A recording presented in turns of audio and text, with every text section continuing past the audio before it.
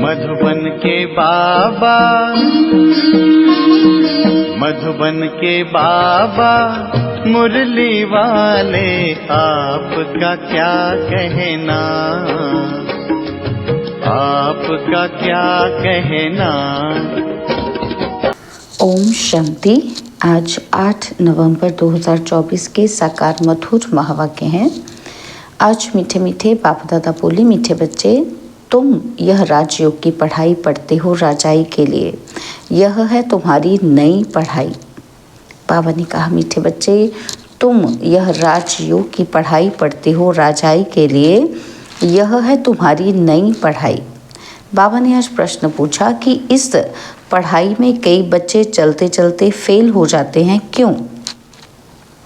तो उत्तर में बाबा ने समझाया, क्योंकि इस पढ़ाई में माया के साथ बॉक्सिंग है। माया की बॉक्सिंग में बुद्धि को बहुत कड़ी चोट लग जाती है, और चोट लगने का कारण बाप से सच्चे नहीं हैं। सच्चे बच्चे सदा सेफ रहते हैं। ओम शांति। यह तो सब बच्चों को निश्चय होगा कि हम आत्माओं को परमात्मा बाप पढ़ाते हैं। 5000 वर्ष बाद एक ही बार बेहद का बाप आकर बेहद के बच्चों को पढ़ाते हैं। कोई नया आदमी ये बातें सुने तो समझ न सके। रूहानी बाप रूहानी बच्चे क्या होते हैं ये भी समझ नहीं सकेंगे। तुम बच्चे जानते हो कि हम सभी ब्रदर्स हैं। वह हमारा बाप भी है, टीचर भी है और सुप्रीम गुरु भी है। तुम बच्चों को यह ज़रूर ऑटोमेटिकली याद रहेगा। यहाँ बैठे समझते होंगे कि सभी आत्माओं का एक ही रूहानी बाप है। सभी आत्माएं उसको ही याद करती हैं, कोई भी धर्म का हो। सभी मनुष्य मात्र याद ज़रूर करते हैं। बाप ने समझाया है, आत्मा तो सब में है ना। अब बाप कहते हैं, देह के सब धर्म छोड़ अपने को आत्मा समझो। अभी तुम आत्मा यहाँ पाठ बजा रही हो। कैसा पाठ बजाती हो यह भी समझाया गया है। बच्चे भी नंबरवार पुरुषार्थ अनुसार ही समझते हैं। तुम राजयोगी हो ना। पढ़ने वाले सब योगी ही होते हैं। पढ़ाने वाले टीचर के साथ योग ज़रूर रखना पड़ता है। एम ऑब्जेक्ट का भी मालूम रहता है कि इस पढ़ाई से हम फलाना बनेंगे। यह पढ़ाई तो एक ही है। इनको कहा जाता है राजाओं का राजा बनने की पढ़ाई। राजयोग है ना, तो राजाई प्राप्त करने के लिए बाप से योग। और कोई मनुष्य ये राजयोग कभी सिखला ना सके। तुमको कोई मनुष्य नहीं सिखलाते हैं, परमात्मा तुम आत्मा को सिखलाते हैं, और तुम फिर औरों को सिखलाते हो। तुम भी अपने को आत्मा समझो। हम आत्माओं को बाप सिखलाते हैं। यह याद ना रहने से जौहर नहीं भरता है, इसलिए बहुतों की बुद्धि में नहीं बैठता है। तो बाप हमेशा कहते हैं, योग युक्त हो, याद की यात्रा में रहकर समझाओ। हम भाई भाई को सिखलाते हैं, तुम भी आत्मा हो, वह सबका बाप टीचर और गुरु है। आत्मा को देखना है, भल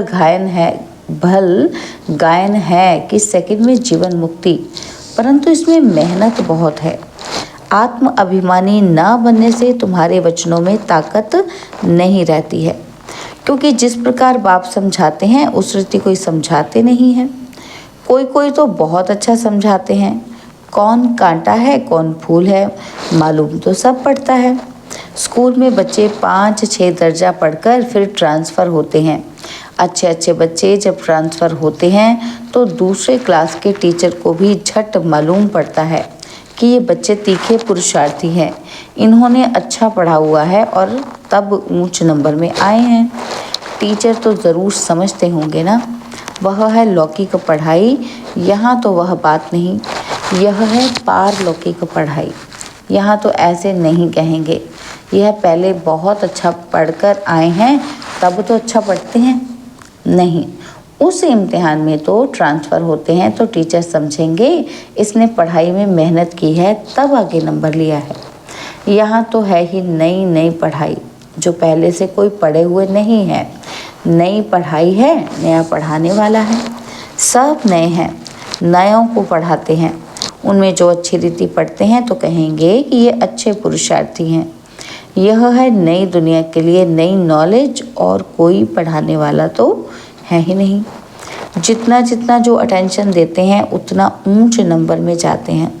कोई तो बहुत मीठे आज्ञाकारी होते हैं, देखने से ही पता पड़ता है कि ये पढ़ाने वाला बहुत अच्छा है, इनमें कोई अवगुण नहीं है। चलन से बात करने से मालूम पड़ जाता है। बाबा पूछते भी सबसे हैं कि ये कैसा पढ़ाते हैं, इनमें कोई खामी तो नहीं है।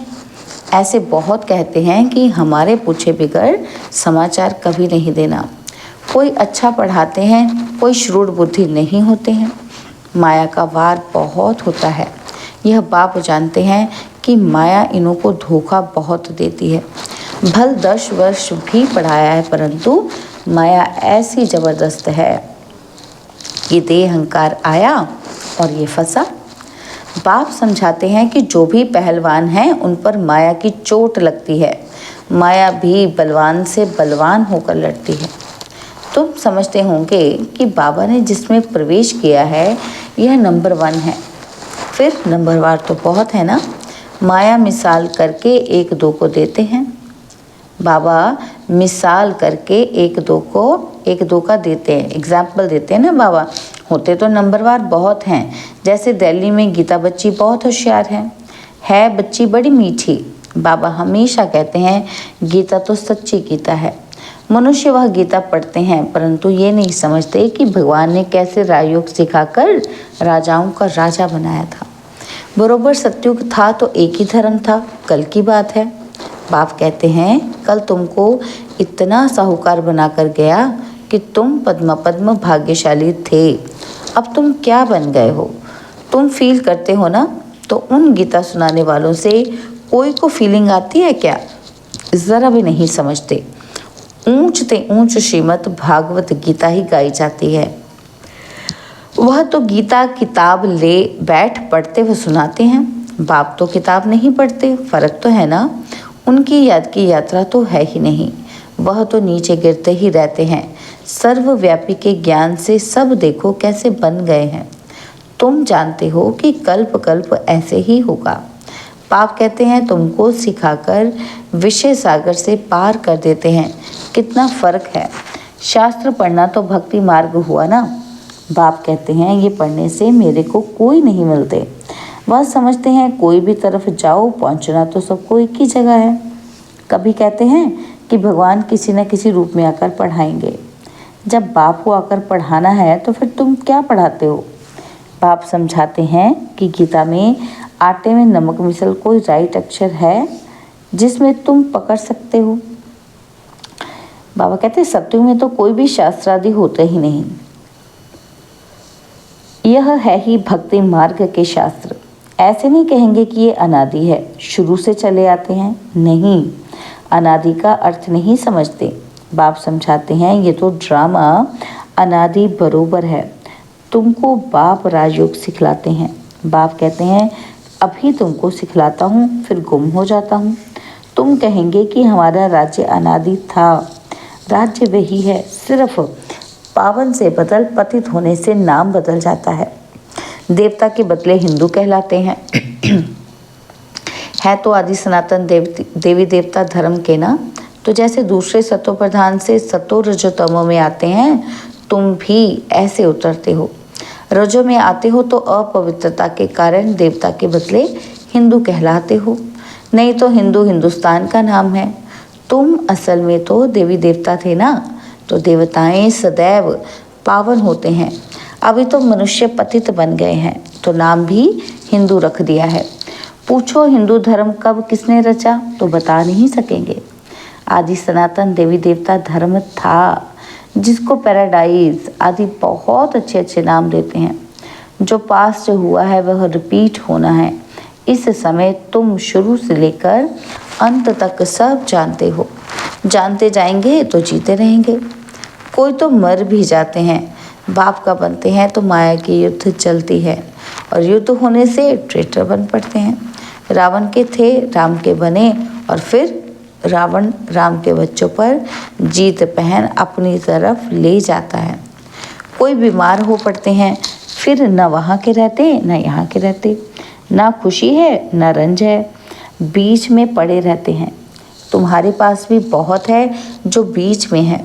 बाप का भी पूरा नहीं बनते, रावण का भी पूरा नहीं बनते। अभी तुम हो पुरुषोत्तम संगम युग पर, उत्तम पुरुष बनने के लिए पुरुषार्थ कर रहे हो। यह बड़ी समझने की बातें हैं। बाबा पूछते हैं, हाथ तो बहुत बच्चे उठाते हैं, परंतु समझा जाता है बुद्धि नहीं है। भल बाबा कहते हैं शुभ बोलो। कहते तो सब हैं कि हम नर से नारायण बनेंगे, कथा ही नर से नारायण बनने की है। अज्ञान काल में भी सत्यनारायण की कथा सुनते हैं ना, तो वहाँ तो कोई पूछ नहीं सकते। ये तो बाप ही पूछते हैं कि तुम क्या समझते हो, इतनी हिम्मत है? तुम्हें पावन भी ज़रूर बनना है। कोई आते हैं तो पूछा जाता है इस जन्म में कोई पाप कर्म तो नहीं किए हैं? जन्म जन्मांतर के पापी तो हो ही, इस जन्म के पाप बता दो तो हल्के हो जाएंगे, नहीं तो दिल अंदर खाता रहेगा।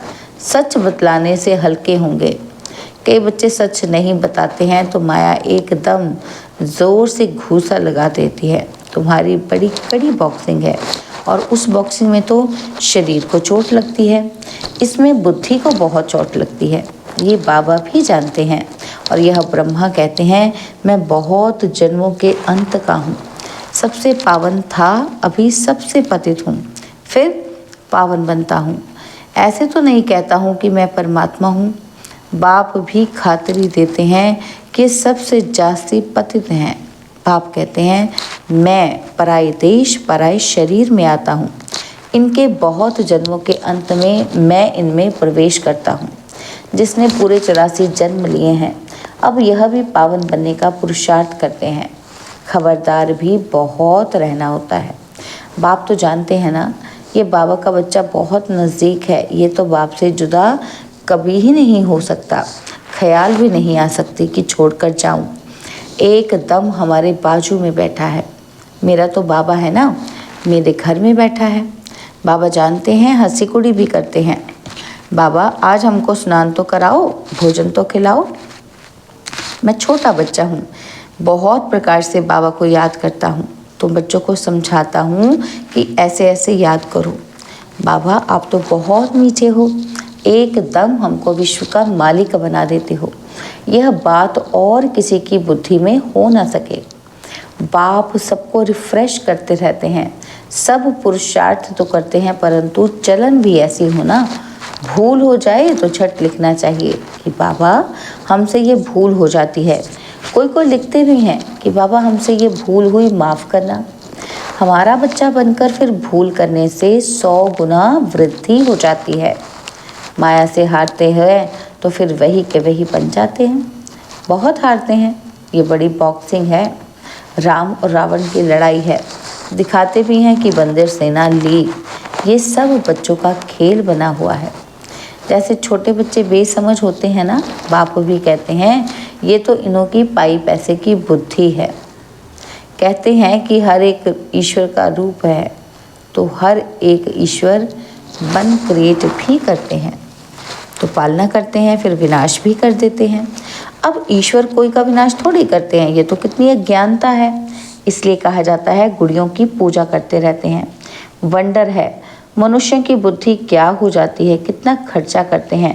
बाप उल्हाना देते हैं कि हम तुमको इतना बड़ा बनाकर गया और तुमने क्या किया। तुम भी जानते हो कि हम सो देवता थे, फिर चक्र लगाते हैं, अभी हम ब्राह्मण बने हैं और फिर हम सो देवता बनेंगे। ये तो बुद्धि में बैठा हुआ है ना। यहाँ बैठते हो तो बुद्धि में ये नॉलेज रहनी चाहिए। बाप भी नॉलेजफुल है ना, रहते भल शांति धाम में है, फिर भी उनको नॉलेजफुल कहा जाता है। तुम्हारी भी आत्मा में सारी नॉलेज रहती है ना। कहते हैं इस ज्ञान से तो हमारी आंख खुल गई। बाप तुमको ज्ञान के चक्षु देते हैं। आत्मा को सृष्टि के आदि मध्य अंत का पता पड़ गया है। चक्र फिरता रहता है। ब्राह्मणों को ही सुदर्शन चक्र मिलता है। देवताओं को पढ़ाने वाला कोई होता नहीं, उनको शिक्षा की दरकार नहीं। पढ़ना तो तुमको है, जो फिर तुम देवता बनते हो। अब बाप बैठ ये नई नई बातें समझाते हैं। यह नई पढ़ाई पढ़कर तुम ऊंच बनते हो। First so last, last so first. ये पढ़ाई है ना। अभी तुम समझते हो कि बाबा हर कल्प आकर पतित से पावन बनाते हैं और फिर ये नॉलेज खलास हो जाएगी। अच्छा, मीठे मीठे सिकिलते बच्चों प्रति माता पिता बाप दादा का याद प्यार और गुड मॉर्निंग। रूहानी बाप की रूहानी बच्चों को नमस्ते। हम रूहानी बच्चों की रूहानी बाप दादाजी को दिलवा जान सिकवा प्रेम से नमस्ते। ओम शांति। प्यारे बाबा, मीठे बाबा, मेरे बाबा, शुक्रिया बाबा, शुक्रिया बाबा, शुक्रिया। धारणा के लिए मुख्य सार है, पहला पॉइंट है बहुत बहुत आज्ञाकारी मीठा होकर चलना है। देह अहंकार में नहीं आना है। बाप का बच्चा बनकर फिर कोई भी भूल नहीं करनी है। माया की बॉक्सिंग में बहुत बहुत खबरदार रहना है। और सेकंड पॉइंट है अपने वचनों में ताकत भरने के लिए आत्म अभिमानी रहने का अभ्यास करना है। स्मृति रहे कि बाप का सिखाया हुआ हम सुना रहे हैं तो उसमें जौहर भरेगा। बाबा ने आज वरदान दिया, अविनाशी नशे में रह रूहानी मज़े और मौज का अनुभव करने वाले ब्राह्मण सो फरिश्ता भव। अविनाशी नशे में रह रूहानी मज़े और मौज का अनुभव करने वाले ब्राह्मण सो फरिश्ता भव। आप ब्राह्मण सो फरिश्ते देवताओं से भी ऊंचे हो। देवताई जीवन में बाप का ज्ञान इमर्ज नहीं होगा, परमात्मा मिलन का अनुभव भी नहीं होगा। इसलिए अभी सदा नशा रहे कि हम देवताओं से भी ऊंच ब्राह्मण सो फरिश्ता हैं। ये अविनाशी नशा ही रूहानी मज़े और मौज का अनुभव कराने वाला है। अगर नशा सदा नहीं रहेगा तो कभी मज़े में रहेंगे तो कभी मूंझेंगे। स्लोगन है, अपनी सेवा को भी बाप के आगे अर्पित कर दो तब कहेंगे समर्पित आत्मा। अपनी सेवा को भी बाप के आगे अर्पित कर दो तब कहेंगे समर्पित आत्मा। ओम शांति।